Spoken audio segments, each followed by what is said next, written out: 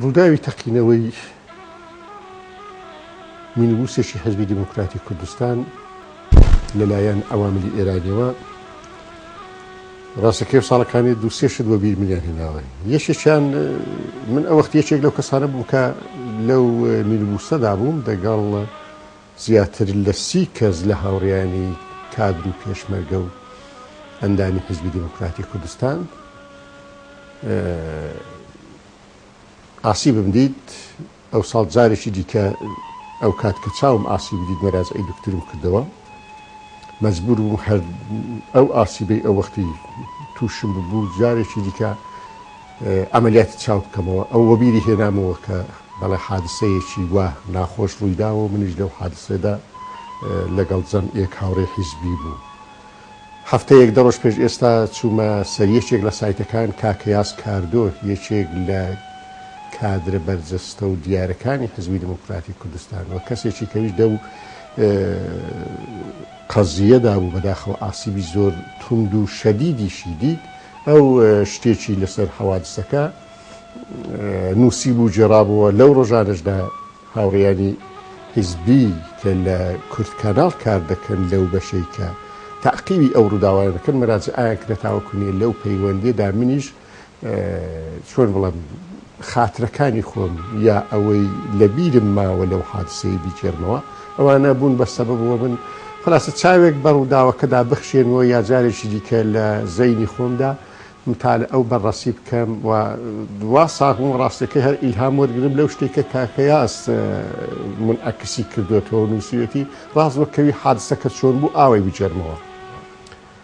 باس ڕۆدێمە جەمعێک کادر و پێشمەرگەی حیزب بووین لە شوێنێک بە نێوی بۆڵێک کاری ڕۆژانەی حیزبی ماڕادەپەڕان، بەڵام بۆ حەسانەوە شەوانە دەچوینە شوێنێکی دیکە بە ناوی ئێنزێ کە ماڵ و ژیانمان لەوێ بوو. ڕۆژی جمعە شایی بوو، هەمومان لە شایی بەشدار بوون. بەیانەکەی کە شەمەوە بوو دەبوو بگەڕێنەوە بۆ شوێنی کار. دوو مینبووسمان هەبوون، مینبووسێک تقریبەن 8 وەڕێ دەکەوت یا 8 چەند دەقەیەک و دوایوی بە کەمێک درەنگترەوە یاوی دیکەش وەڕێ دەکەوت بۆ ئەوەی دەوەخت خۆیدا بگەینە سەر کاری حیزبی ئەوانە. ئێمە ئەم جەمعەی لە مینبووسی یەکەم داوین وەڕێ کەوتین کە حدودەن بە دەقەیەک ڕۆیشتین لە ڕێگای نێوان بۆڵێ ئێنزێ. من ڕاستەکەی ئەم ڕۆژە کوێشی چووکەم بە ناوی ئەیب دەگەڵ بوو لەبەرەوەی نەخۆش بوو لە ئێنزێش دکتور نەبوو، ئەمە نەخۆشخانەیەکمان هەبوو لە بۆڵێ دەمبر بۆوێ هەروە لە ڕێ دەگەڵوی مەشغوڵ بووم.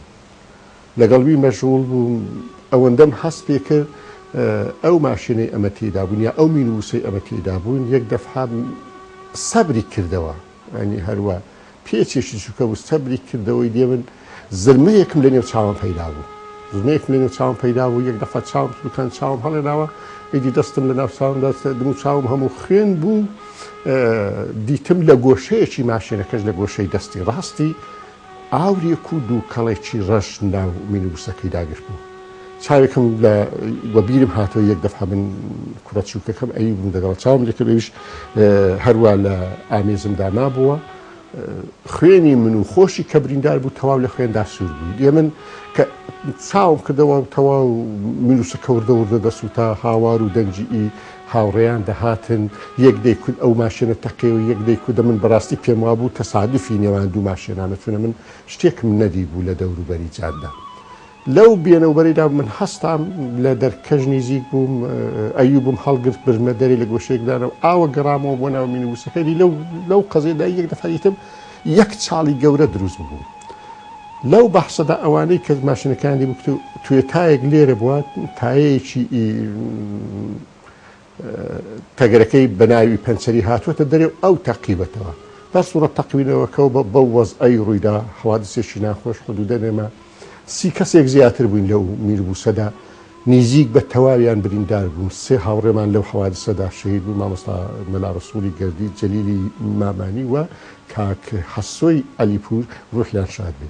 دوایە بە وەسیلەی هاوڕێیانی خۆمان و خەڵکی دەوروبەر و ئەوە جواستیانەوە بۆ نەخۆشخانەیەکمانەوە بە ناوی نەخۆشخانەی 25 گەلاوێش. لەوێ دکتۆرەکان ئەوانەی لێوێ بوون چ دکتوری ئیدەرەوە چ هاوڕێیانی خۆمان زۆر ئاش بە پیرمانەوە هاتن بۆ تەداویکردن و بۆ عیلاج و هاوڕیانی حیزبی لە مەسئولینی هەرە سەرە وەکو کاک دکتۆر سەعید ڕۆحی شاد بێ لەگەڵ هاوڕیانی کە هاتن بۆ عیادەت هاتن بۆ لێپرسین حەوادسەکە بە هەر سوورەت بە شەهیدبوونی ئەو سێ هاوڕێیە و بە برینداربوونی نزیک بە 30 کەس لە هاوڕیانی حیزبی تەواو بەڵام دوادا بەخۆشیەوە ئەوانەی برینداربوون هەمویان بە هیمەتی نەخۆشخانەی خۆمان و دکتۆرەکانی ئێوە و کادرەکانی وێ تەداوی کران چاک بوونەوە هاتنە مەیدانی کار و تێکۆشان بەڵانەوەی ئەمن لە بیرم بێ لەو دیوەی سنوور یەکەمین ئەمەلیاتی تروریستی کۆماری ئیسلامی بوو کە لەسەر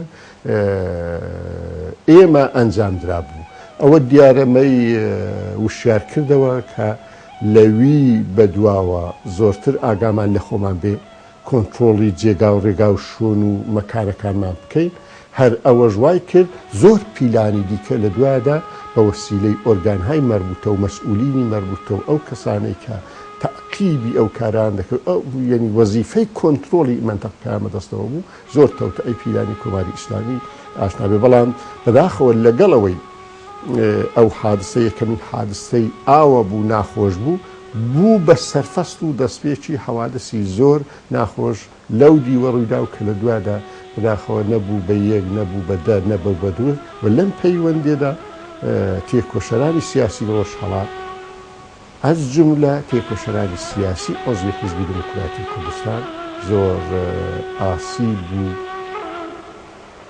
زەرەریان لەو پێناوەدا وێکەوتوو دیت. شەهید مەلا ڕەسووڵی گەردی کوڕی محەممەد ساڵی 1311 هەتاوی لە بنەماڵەیەکی پێشمەرگەپەروەر و نیشتمان خۆشەویستی گوندی جەران سەر بە ناوچەی پیرانشار لەدایک بوو.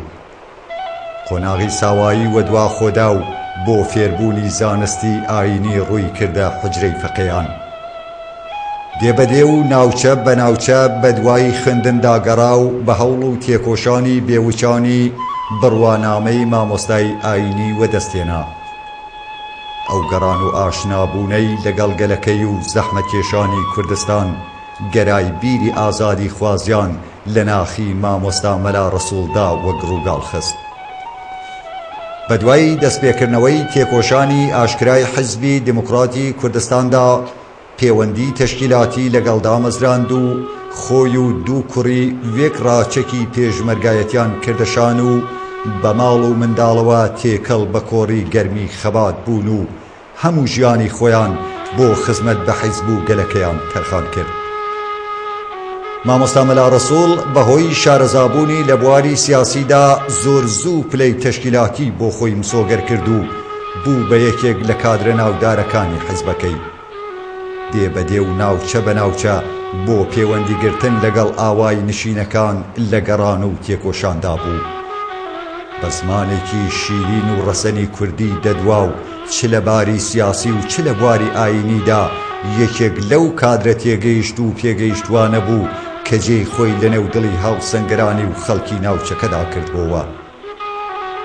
هەروەها مرۆڤێکی زمان شیرین، خۆش مەشرەف، خۆش بەرخورد، قسە خۆش، نوکتەزان، دڵ و دەروون پاک و کادرێکی بەنەزم و پێداگر لەسەر بەڕێوەبردنی ئەرک و بڕیارەکانی حیزبەکەی بوو. لە ماوەی ژیانی پێشمەرگایەتی خۆیدا گەلێک پۆستی جۆرا و جۆری و ئەستۆگرتن و لە هەموویاندا گۆی سەرکەوتنی لە مەیدان ڕفاند. هەتا خوێن لە دەمارەکانیدا جوڵا لە تێکۆشان ڕانەوەستا و ماندووی نەناسانە درێژەی بەڕاپەڕاندنی ئەرکی پێسپێراویدا. سەرنجام لەو ڕێگا پیرۆزەدا گیانی بەخشی و جێگای هەتا هەتایی لە نێو دڵی ئازادی خوازان و زەحمەتکێشانی گەلەکەیدا بۆ خۆی مسۆگەر کرد. ڕۆحی شاد و جێگای بەهەشتی بەرین بێ.